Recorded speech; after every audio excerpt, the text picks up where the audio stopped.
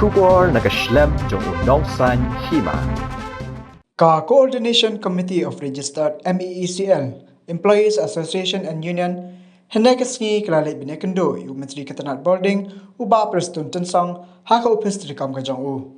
Habakran kinang tau kubor kinang ilam Jakanika Committee, Kilaong Bahakaji Kendo, U Menteri, Kilakantu Ika Sarkar, Ban Pai Khamat Lem, Bad Ban Mang Bon Ki Project, Nakamta ke MEECL. Nakalang Presiden Jakanika Committee, Uba PK Shulat, Ulang bakajela kadan kalat dan Pynmih hadut lai hajar megawatt nak Bording bat nak kini tang kumbah shipau hadut ka 100% ngila ban Pynmih Bording ba shulat ulai thuru ba kipor ki ba mensua hapo ke Meghalaya State Electricity Board ke jela kadang la ban Bording shikiwe par ki jela kom ka Assam.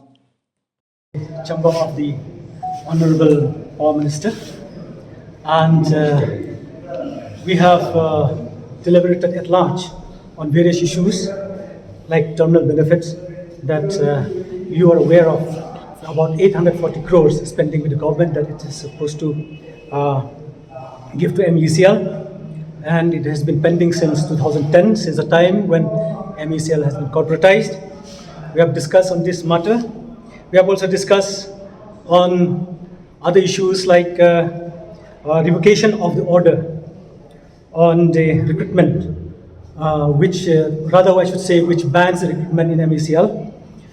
As you are aware that till that order had come before, MECL had the autonomy to recruit its own.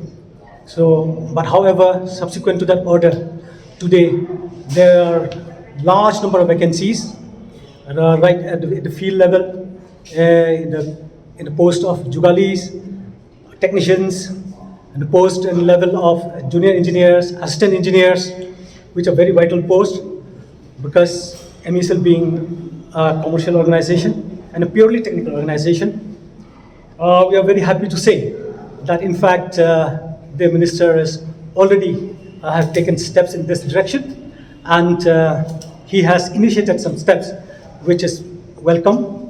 We welcome the step that he has initiated for revocation of this order and to set this process in order.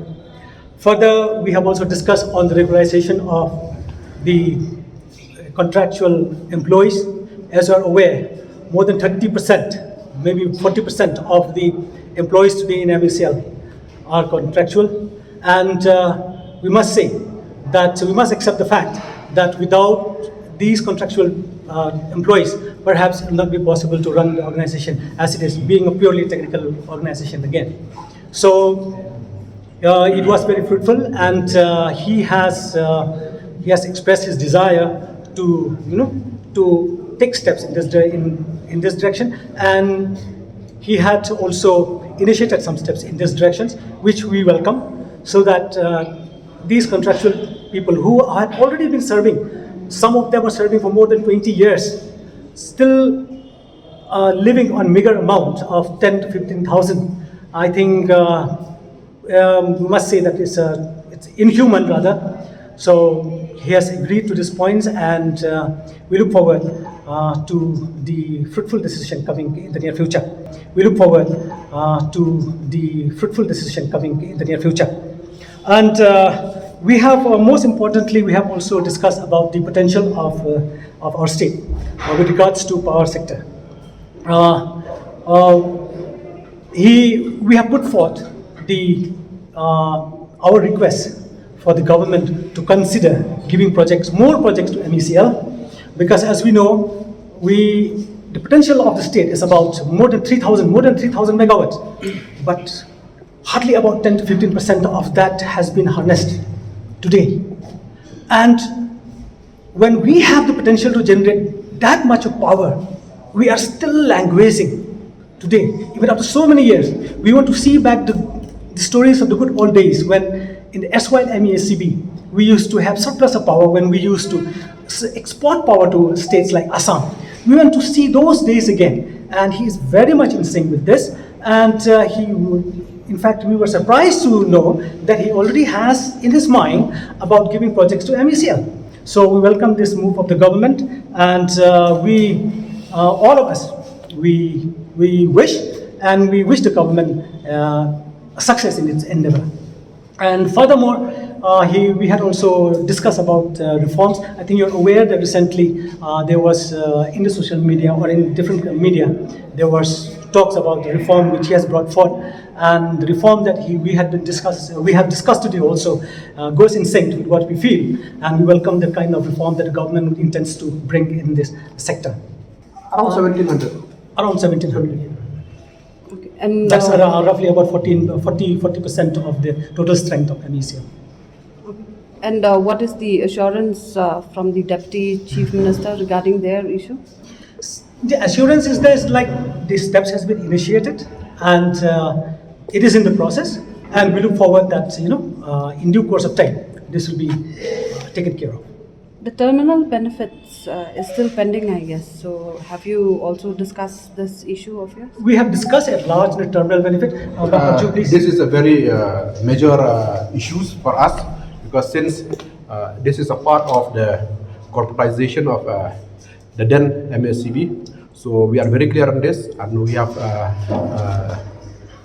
stated before the Honorable Power Minister that the government has failed. They have never lived up to their expectations as per the commitments which has been committed. But we are very thankful to the Honorable Power Minister today. He has given us a very firm assurance, and we do hope that we won't face any problem, be it the existing employees or the retired employees, when it comes to their terminal benefits. Government is looking into this so that there will be sustainability in the financial support.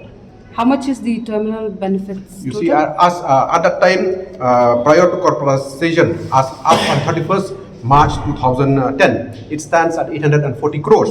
But already MSCL has called for a tender for actual valuation. So as per our estimates, as of now, it won't be less than 3,000 crores. So is the government in in the financial position to really clear this terminal benefits? Very sure. It's there. They are working out. Ways and means are there. And we do hope, we are very positive that things are moving forward. Because it has been lying there for the last 10 to 12 years, where from the revenue money, from the projects money, we have to divert for payments of terminal benefits of the employees and also the current pensioners for their pensions. So how do the government plans to really clear this terminal benefits? Is it in a phase manner, or how will it? Yes, it is very true. It cannot go into one shot. There will be budgetary provisions, whatever they have worked out, separate heads will be there specifically for this, so that there won't be any diversions of funds, which it has been specifically earmarked for such funds. The recent report of the inquiry committee that was set up by the government into the irregularities in the MEECL, this committee had recommended the government to appoint a full-fledged chair CMD of the MEECL. So what is your take on this? First of all, we would like to thank the Power Minister for his vision. Whatever may be the case, today, I will tell you, we had a very free and frank discussion across the table. Let us be very clear on this. What is there in our mind, we have spoken out. What is there in the mind of the Power Minister, he has spoken out. And this is where we move forward. And we do hope that in the coming days, the Cabinet will take up and we are moving forward in a positive manner when it comes to the power sector of the state of Meghalaya. So you welcome this recommendation for a full-fledged CMD of the MEECL? We welcome. This has been our stand. This has been our stand. This has been our that stand. there should be a professional running the organization. We stand by that, and we are here to support 100%.